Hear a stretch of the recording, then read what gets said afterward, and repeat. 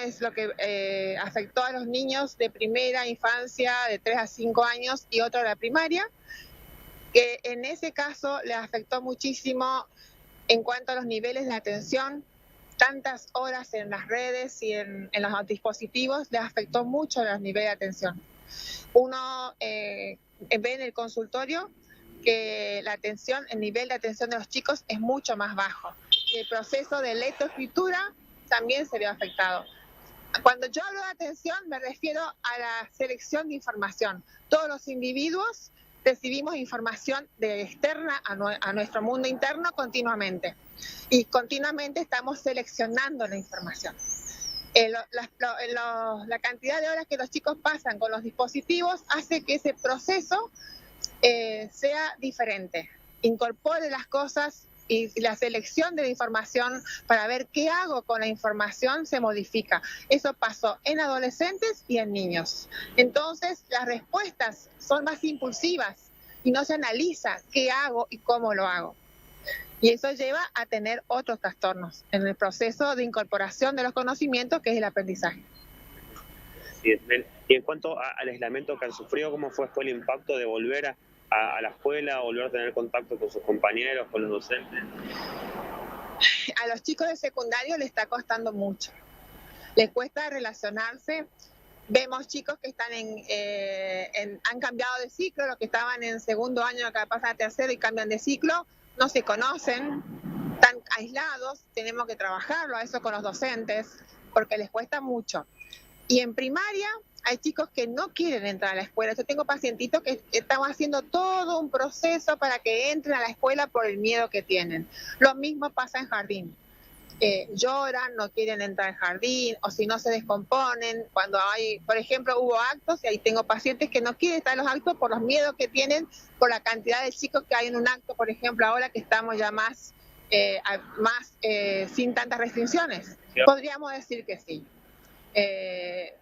Obviamente si analiza un sociólogo no va a cuestionar el término, pero lo que nosotros vemos comúnmente decimos sí. Yo noto tanto en los chicos tengo pacientitos de primaria, de la primaria, de secundaria, que les cuesta entrar a la escuela, le costó integrarse con los compañeros, le cuesta comunicarse con los compañeros. Los docentes todo el tiempo van al gabinete a ver cómo podemos resolver en conjunto. Gracias a Dios los docentes tienen muchísima voluntad, están dispuestos a hacer un trabajo en conjunto, porque esto es un trabajo en conjunto. Los psicopedagogos, la escuela y la familia. Los papás son primordial. Ahora los papás también tienen miedo porque tampoco saben cómo actuar. Entonces yo creo que esto es un proceso lento, volver a estar como antes. Y creo que cada edad le marcó diferente. A los chicos de 3, 4, 5 años, el tipo de juego cambió, la forma de jugar cambia por estar aislados. Los de primaria, de los primer ciclo, segundo ciclo, tercer ciclo de primaria, también les van a fútbol y después te plantean, me fui a fútbol y después tengo miedo porque me tocó fulano, porque me choqué y si me contagio. Entonces se habla de las vacunas, se le enseña, se trabaja eso con los papás y se trabaja en terapia grupal. Y en la secundaria también. Lamentablemente los chicos de quintos dejaron de vivir un montón de cosas, y los que ingresan o están en segundo año, a mí lo que más me llama la atención son los chicos de segundo año de secundaria, porque ellos el ingreso a la secundaria la hicieron en pandemia. Entonces, habituarse ahora a un ritmo diferente en este contexto es todo un proceso de miedos, y también la forma, como yo les dije, empecé hablando cuando me hiciste la primera pregunta, la forma de incorporar los contenidos cambiaron, porque el nivel de atención y la forma de seleccionar la información cambió. La forma de aprendizaje, la forma de incorporar y de seleccionar la información cambió. Eso se ve. Yo estoy en grupo a nivel Latinoamérica y a nivel internacional de psicólogos y psicopedagogos, y charlando con gente de España, de Canadá y de Centroamérica, les pasa lo mismo que a nosotros. O sea que no es solamente acá en Argentina ni acá en Resistencia. Porque uno primero piensa, está pasando en mi entorno. El comunicarse con estos grupos, te das cuenta que en todo el mundo está pasando. O sea, en otros lugares también está pasando lo mismo. Sí, Los síntomas de dislexia, los trastornos de lectoescritura se potenció, y los trastornos de atención y de hiperquinesia.